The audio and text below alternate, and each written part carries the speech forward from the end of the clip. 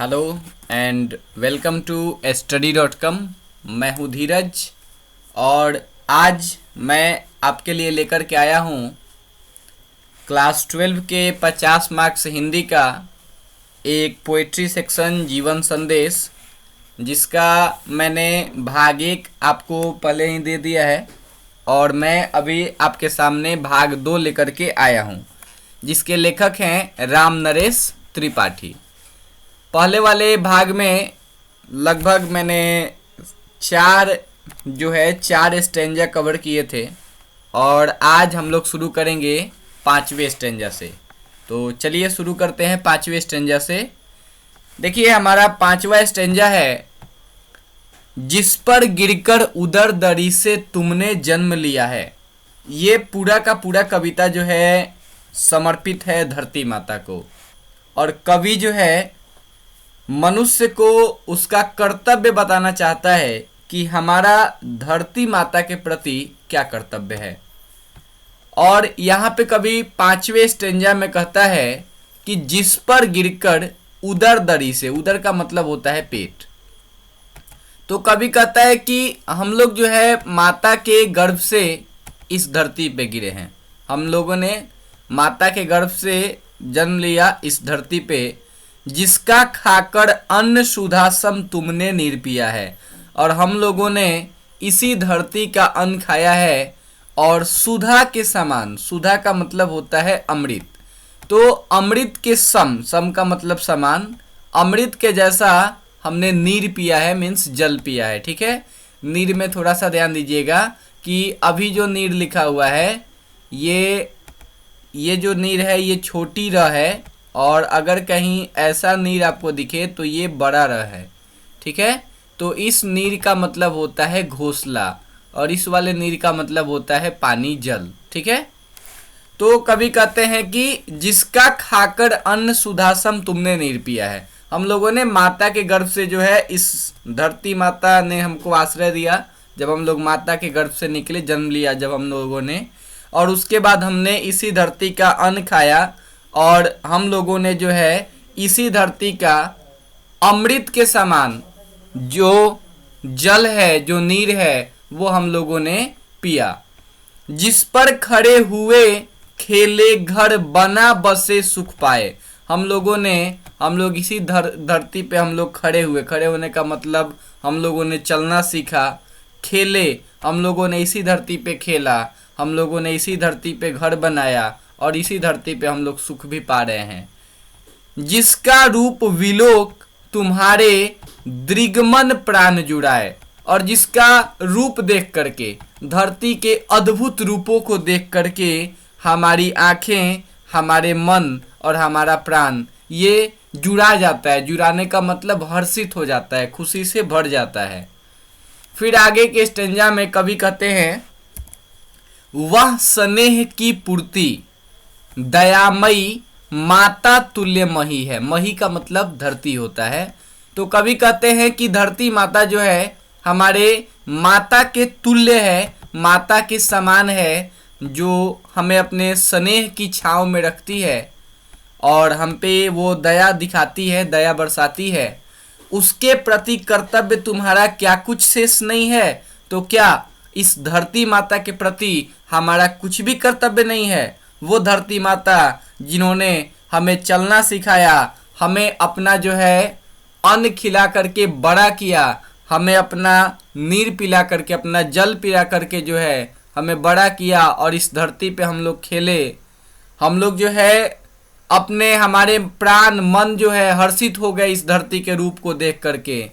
और ये माता के समान हमारी जो धरती है, क्या इस धरती के प्रति हमारा कुछ भी कर्तव्य शेष नहीं है? फिर आगे कवि कहते हैं कि हाथ पकड़कर प्रथम जिन्होंने चलना तुम्हें सिखाया।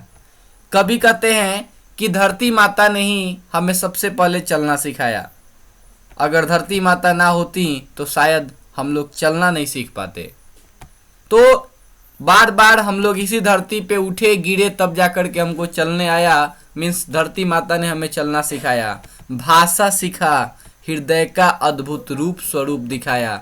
धरती माता ने हमें अनेकों भाषाएं सिखाई, धरती माता ने हमें हृदय के अद्भुत रूप का, हमारा हृदय जो है कितना विशाल है, हमारे हृदय में ही भगवान है, ये सारी की सारी बातें, माने हमारा जो हृदय है मीन्स हमारा हृदय है उसका जो अद्भुत रूप है, उस रूप के बारे में अगर हमें किसी ने शिक्षा दी है तो वो धरती माता ही है।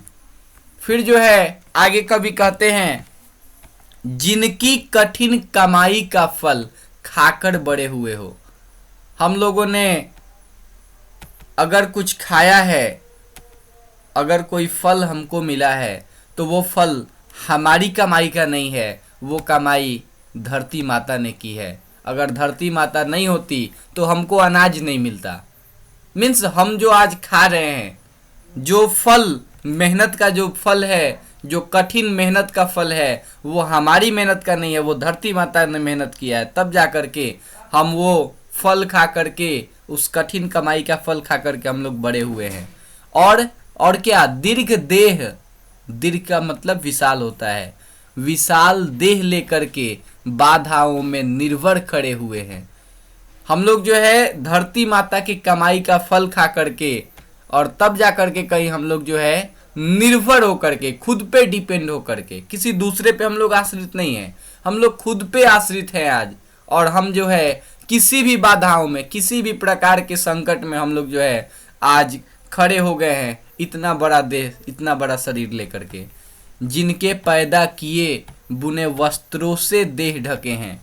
और ये हमारा जो देह है, हमारा जो शरीर है, ये जिन वस्त्रों से ढके हुए हैं, जिन कपड़ों से ढके हुए हैं, ये कपड़े और किसी ने नहीं, इन कपड़ों को धरती माता ने ही पैदा किया है। मीन्स वो जो कॉटन है, रुई है, ये इत्यादि चीज़ें जिनसे कपड़े बनते हैं, वो सारी की सारी चीज़ें धरती माता ने ही दी हुई हैं हमें। और ये कपड़े क्या करते हैं, आतप, वर्षा और शीत।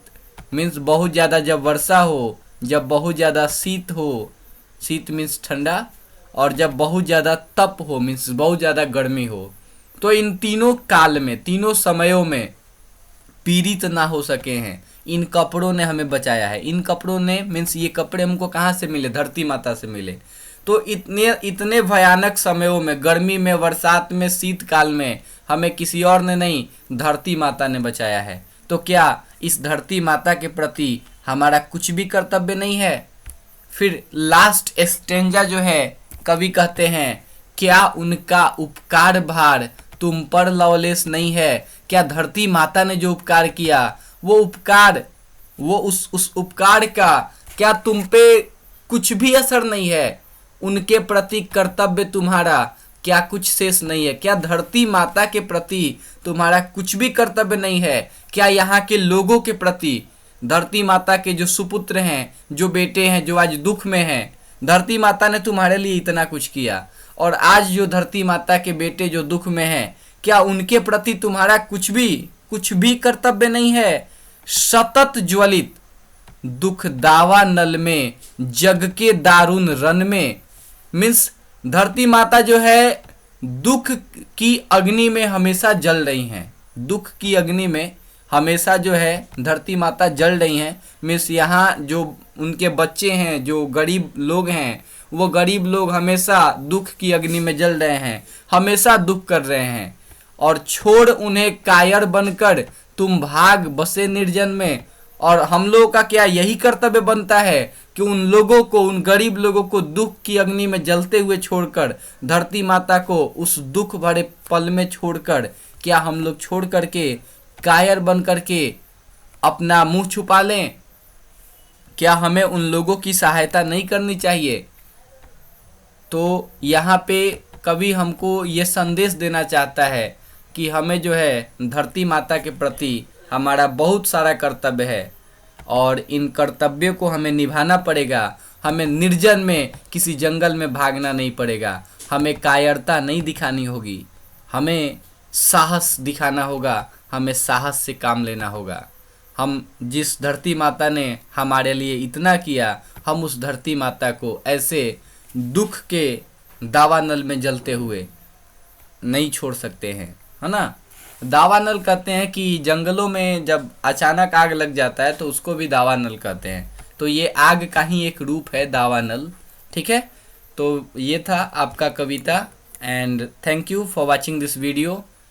आशा करता हूँ कि ये वीडियो आपको अच्छा लगा होगा और आप फर्स्ट पार्ट जो है इसका ज़रूर देखिएगा। देखा अगर है आपने तो इसके लिए बहुत बहुत thank you very very much.